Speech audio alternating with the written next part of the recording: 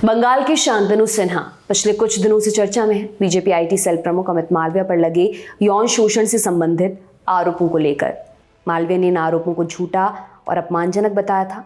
शांतनु सिन्हा को 10 करोड़ का एक मानहानि नोटिस भी भेजा था। अब खबर है कि सिन्हा ने पलटी मार ली है, साथ ही कांग्रेस पर भी हमला बोला है। शांतनु सिन्हा के इस यूटर्न की पूरी कहानी विस्तार से जानते हैं। इंडिया टुडे की रिपोर्ट के मुताबिक बीजेपी आईटी सेल के प्रमुख अमित मालविया के खिलाफ आरोप लगाने वाले शांतनु सिन्हा ने अब अपने बयान को लेकर सफाई दी है। कांग्रेस को सबसे घटिया और सबसे भ्रष्ट राजनीतिक दल बताते हुए मामले में फर्जी प्रचार करने का आरोप लगाया है। शांतनु सिन्हा ने कहा, मुझे इस बात से बहुत दुख हो रहा है कि देश की सबसे घटिया और सबसे भ्रष्ट राजनीतिक पार्टी इंडियन नेशनल कांग्रेस मेरे फेसबुक अकाउंट से बांग्ला में शेयर की गई पोस्ट के जरिए अमित मालविया और बीजेपी के खिलाफ नफरत भरा अभियान चला रही है। बताते चले, इस पूरे विवाद को लेकर कांग्रेस ने अमित मालविया को घेरा था। कांग्रेस प्रवक्ता सुप्रिया श्रीनेत ने मालविया के खिलाफ सीधे यौन शोषण शब्द का इस्तेमाल किया था। श्रीनेत ने मीडिया के सामने कहा था कि अमित मालविया बंगाल में औरतों का यौन शोषण करते हैं और सिर्फ 5 स्टार होटल में नहीं, बीजेपी के दफ्तर तक में काली करतूतें चलती हैं। बहरहाल शांतनु सिन्हा ने अपनी पोस्ट को लेकर सफाई दी है। उन्होंने कहा, पोस्ट में अमित मालविया द्वारा महिलाओं के यौन शोषण के बारे में कोई बात नहीं है, बल्कि मैंने आशंका व्यक्त की है कि पार्टी के बेईमान नेताओं द्वारा मालविया को हनी ट्रैप में फंसाया जाएगा ताकि हाल ही में हुए चुनाव में इतनी बड़ी हार के बावजूद वे अपने पद पर बने रहें। आपको बता दें कि अमित मालविया पश्चिम बंगाल बीजेपी के सह प्रभारी हैं। उधर शांतनु सिन्हा के अनुसार वे आरएसएस से जुड़े हुए हैं। इसके अलावा एबीवीपी के पूर्व राज्य सचिव होने के साथ साथ राज्य विधानसभा चुनाव तथा कोलकाता नगर निगम चुनाव में उम्मीदवार भी रह चुके हैं। उन्होंने कहा, वे नहीं चाहते कि उनके पोस्ट को गलत समझकर बीजेपी और उसके पदाधिकारियों को किसी भी तरह से कमजोर किया जाए। उन्होंने कहा, मैं साफ तौर पर ये कहना चाहता हूं कि मेरी पोस्ट का उद्देश्य अमित मालविया को बदनाम करना नहीं था, बल्कि हनी ट्रैप में ना फंसने की चेतावनी देना था, जिसे राज्य इकाई के पूर्व अध्यक्ष और त्रिपुरा के पूर्व राज्यपाल तथागत रॉय कामनी कंचन नाम से सामने लेकर आए थे।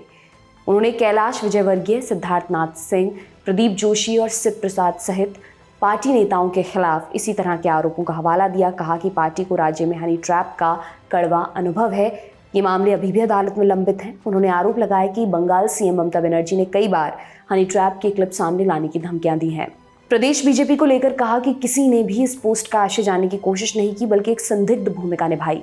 शांतनु सिन्हा ने अमित मालविया की तरफ से भेजे गए कानूनी नोटिस को जानबूझकर मीडिया में प्रसारित करने का आरोप भी लगाया। तर्क दिया कि ऐसा कर उनके ऊपर दबाव बनाने की कोशिश की गई ताकि राज्य में मिली चुनावी हार की जिम्मेदारी से ध्यान हटाया जा सके। साथ ही दावा किया कि मीडिया में कई लोगों से उन्हें पता चला है कि कानूनी नोटिस प्रसारित करने के पीछे बंगाल बीजेपी के डिफैक्टो प्रेसिडेंट जगन्नाथ चट्टोपाध्याय थे।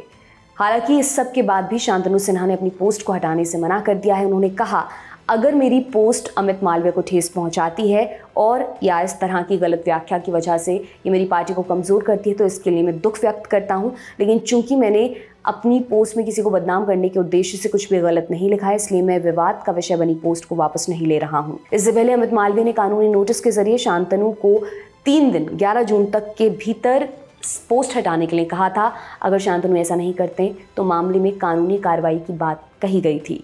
जिस पोस्ट को लेकर ये पूरा विवाद हुआ उसके बारे में भी आपको बता देते हैं। 7 जून को शांतनु सिन्हा ने बांग्ला में एक फेसबुक पोस्ट लिखा था। इसका हिंदी अनुवाद कुछ इस तरह है, क्या अमित मालविया अब भी कोलकाता की 5 स्टार होटल में इस इंतजार में बैठे हैं कब सुंदर बंगाली लड़कियों की सप्लाई होगी? क्या बंगाल लीडरशिप में कंपटीशन खत्म हुआ कि कौन कितनी लड़कियों की सप्लाई कर अध्यक्ष पद का हकदार बनेगा? अनुरोध है कि कंपटीशन इस बात का करें कि समर्थकों और कार्यकर्ताओं का साथ कैसे निभाया जाए। अमित मालविया और दिल्ली से भेजे गए ऑब्जर्वर को लड़की सप्लाई कर अध्यक्ष पद पाने के लिए कंपटीशन ना करें। बंगाल का नेतृत्व हाथ पर हाथ धरे बैठा ना रहे, प्लीज़। इस पोस्ट के वायरल होने के बाद 8 जून को अमित मालविया ने अपने वकील के जरिए शांतनु को एक लीगल नोटिस भेजा था। इसमें मालविया ने सोशल मीडिया पर किए गए इस पोस्ट को उनकी छवि को खराब करने की कोशिश बताते हुए उसे हटाने की मांग की थी। आपका इस पूरे मामले में क्या कहना है, हमें कमेंट सेक्शन में बताएं। मेरा नाम है दिव्यांशी सुमराव। देखते रहिए दी लल्लन टॉप। शुक्रिया।